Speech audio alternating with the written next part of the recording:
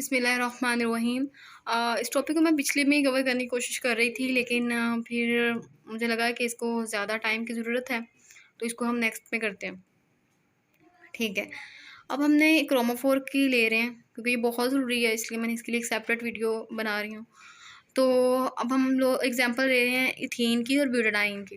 ठीक है, अब यहाँ पे हमने एनर्जी डायग्राम इस तरह बनाई जाती है कि जैसे CH2 है ना, इसके अंदर 2 कार्बन है, तो इसके 2 मोलेकुलर ऑर्बिटल बनेंगे, साई 1, ये साई 1 है और ये साई 2 है।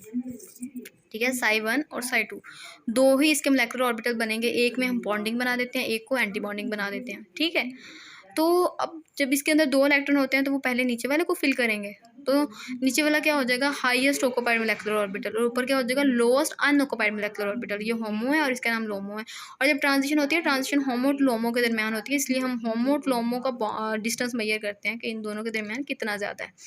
अच्छा, अब इसकी बात होगी। अब हम ब्यूटाडाइन पे आ जाते हैं। ब्यूटाडाइन के अंदर 4 कार्बन है, तो 4 बनेंगे इसके अंदर। ठीक है, और 4 ऑर्बिटल्स बनेंगे।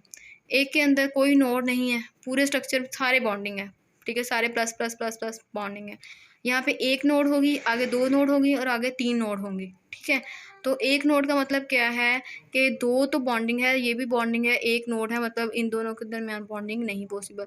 और फिर अगले एनर्जी ऊपर वाले एनर्जी लेवल पर गए, 2 नोड आ गई, इसका मतलब कि ये इन दोनों के अंदर भी बॉन्डिंग पॉसिबल नहीं है, इनके अंदर भी बॉन्डिंग पॉसिबल नहीं है, ये दोनों बॉन्डिंग में है, सेम चार्जेस और ये अपोजिट में है। तो इसमें 3 नोड्स हैं, तो इनके अंदर सबके चार्जेस मुख्तलिफ हैं।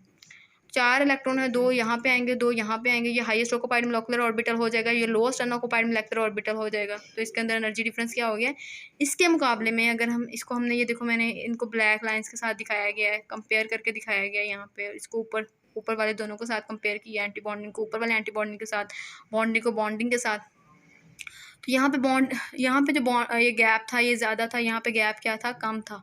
और फिर आगे आगे जिस तरह कॉन्जुगेशन बढ़ती रहेगी, कॉन्जुगेशन क्या कर देगी, बॉन्ड गैप को कम करती रहेगी।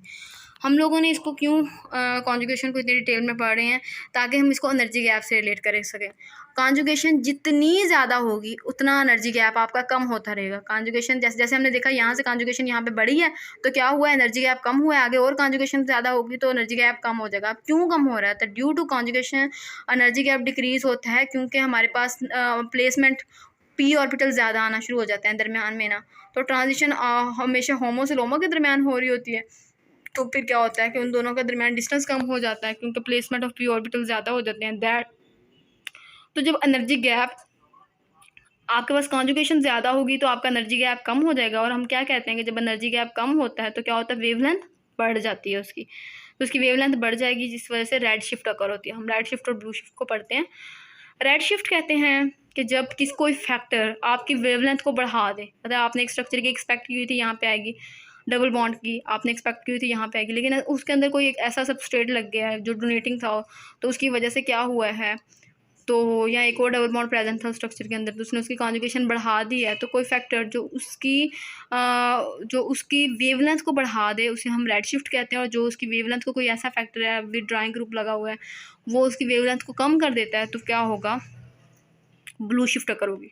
ठीक है, ओके। और अब हमने कहा कि कॉन्जुगेशन जितनी ज़्यादा होगी तो वेवलेंथ भी ज़्यादा होगी, क्योंकि हमने कहा कि कॉन्जुगेशन ज़्यादा होने से क्या हुआ है, एनर्जी गैप कम हुआ है।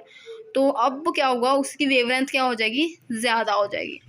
तो कॉन्जुगेशन से क्या होता है, ओवरलैपिंग ज़्यादा हो जाती है, स्टेबिलिटी स्ट्रक्चर के अंदर ज़्यादा आ जाती है।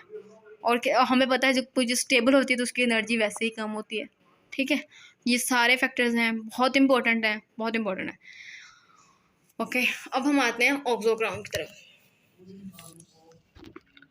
ऑक्सोक्रोम क्या होते हैं, ऑक्सोक्रोम नॉट शिफ्ट, मतलब ये खुद ऐसे ग्रुप्स होते हैं जिनकी अपनी जो वेवलेंथ है वो 200 नैनोमीटर से कम होती है, लेकिन जब वो किसी कहते हैं क्रोमोफोर के साथ जब अटैच होते हैं ना, तो वो वेवलेंथ को बहुत ज़्यादा बढ़ा देते हैं। अपने तो उनकी 200 नैनोमीटर से कम होती है, लेकिन वो किसी के साथ बढ़ के ना, तो मतलब उनकी भी थोड़ी सी इम्पोर्टेंस बढ़ जाती है। तो फिर क्या होता है कि वेवलेंथ हमारे पास ज़्यादा आती है। तो सैचुरेटेड और unsaturated group which consist of one or more pair of non bonded electrons. ठीक है, जो वो कहते हैं कि इनकी अपनी तो 200 नैनोमीटर से कम है, लेकिन जब ये अटैच होते हैं किसी क्रोमोफोर के साथ तो ये उसकी वेवलेंथ को बढ़ा देते हैं। अब ब्लू शिफ्ट हमने दोबारा डिस्कस कर रहे हैं। When wavelength less than the expected lambda due to some substituent like auxochrome group and chromophore. ठीक है, अब यहाँ पे हमने एक कंसेप्ट पढ़ना है फॉर्चुनेट का और नॉन फॉर्चुनेट का। ठीक है, मतलब आप जो लैम्डा मैक्स जिसकी प्रिडिक्ट कर सकते हैं, जैसे अब ये ओपन स्ट्रक्चर है, ठीक है। अब ना हम आगे, क्योंकि हमने वुडवर्ड फिशर रूल की तरफ जाना है। वुडवर्ड फिशर रूल एक साइंटिस्ट ने मुकर्रर कर दिया था। उन्होंने मतलब उन्होंने देखा कि अगर कुछ कंपाउंड्स हैं जिनके अंदर हम लोग क्या कर सकते हैं, एक बॉन्ड की अगर एक्सपेक्टेड हमें पता है, तो हम बाकी भी अगर सेम तरह के बॉन्ड हैं, जैसे अब ऊपर वाला स्ट्रक्चर उसमें सारे आगे सेम तरह के बॉन्ड्स हैं, तो अगर एक डबल बॉन्ड की 30 वैल्यू है तो बाकियों की ये नहीं कि 30 है, ठीक है। ये मैंने मतलब समझाने के लिए लिखा हुआ है कि एक ही 30 है तो अगले की भी 30 होगी, उससे अगले की भी 30 होगी, तो हम 30 प्लस कर देंगे।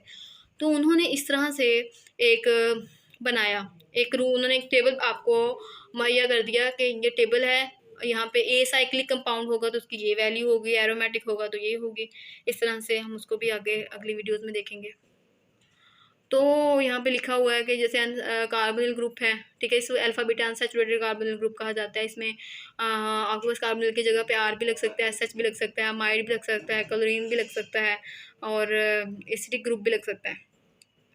और यहाँ पे नॉन फॉर्चुनेट है, क्योंकि यहाँ पे you can predict the lambda max of one double bond, आप सिर्फ एक डबल बॉन्ड के लैम्डा मैक्स को प्रिडिक्ट कर सकते हैं। तो ये फॉर्चुनेट और नॉन फॉर्चुनेट का कंसेप्ट था। उम्मीद करती हूँ कि आप लोगों को वीडियो की समझ आई होगी।